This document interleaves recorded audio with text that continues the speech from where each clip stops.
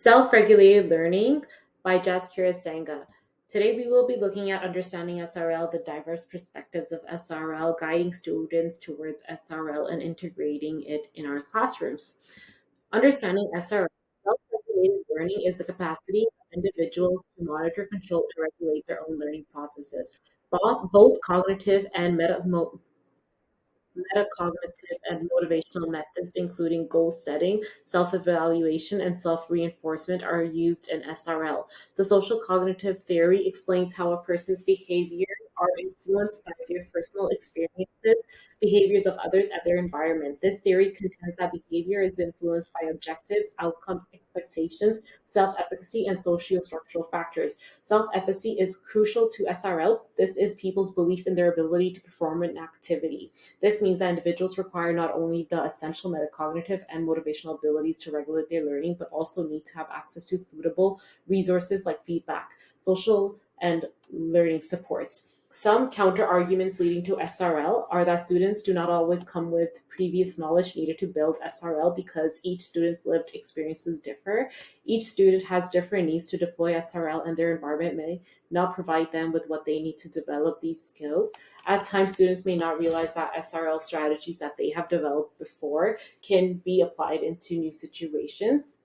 Sometimes it's the educators' comfort levels in teaching these new strategies. Some believe that SRL validates standardized testing and assessment by having certain students excel at specific tasks because they are able to self regulate to be successful, while others are not.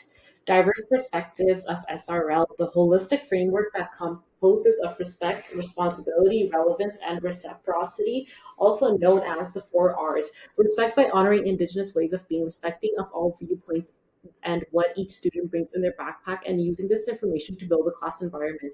Responsibility by being inclusive and always seeking to strengthen relationships of all communities that exist in the classroom. Relevance in providing students with experiences that relate to their lived experiences. Reciprocity by valuing all members and what they are bringing to the table and the learning environment. These practices allow for all students, regardless of Indigenous status, to be able to build and use self-regulation practices within the classroom. Guiding students towards SRL. In order to build and integrate task-relevant supports in the classroom and learning to nurture SRL skills, I would consider the following steps. Using a step-based approach and chunk learning into SMART goals. Provide manipulatives and more choice in learning through multiple strategies, making time daily for self-regulation tools and strategies like check-ins, and incorporating social emotional skills like problem solving. Modeling how to use task relevant support so students can mimic behaviors.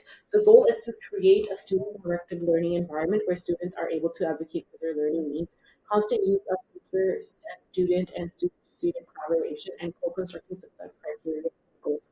This way, students are completely aware of what is expected of them to be successful, along with where to seek assistance when needed, giving students access to all resources and support their learning without needing permission. By doing so, I can encourage their metacognition abilities to help students monitor their own progress. Integrating SRL into the classroom to foster inclusive and safe classroom environments that contribute between the learning and performance zone to enhance SRL. I would encourage positive self-talk that helps in developing student self-esteem. By using motivational strategies, I can provide opportunities for students to close in where they are and where they need to be. Another strategy is to create lessons that prepare students to engage SRL practices, provide real support for implementation, and provide time to communicate and teach students how to use specific strategies. I believe continually using both zones in the classroom helps students to continue learning. The, we teachers need to be flexible in the way we teach so that students can excel in both the learning zone and performance zone.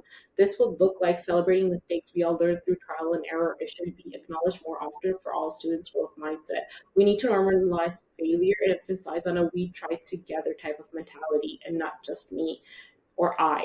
Create opportunities for feedback and implementing the feedback in the performance and learning zones, demonstrating skills that have been developed in a holistic way. Relying on feedback allows students to understand their current performance relates directly to their desired goals. Feedback clarifies what constitutes good performance, delivers clear information, and encourages positive motivational beliefs and self-esteem. Lastly, feedback helps clarify to students what good performance looks like and how to achieve and facilitate the development of self-assessment and reflection on learning. It is essential to communicate high-quality information about individual student progress to develop an ongoing student-teacher relationship with open dialogue, which then aids to in motivating students to be advocates of their learning.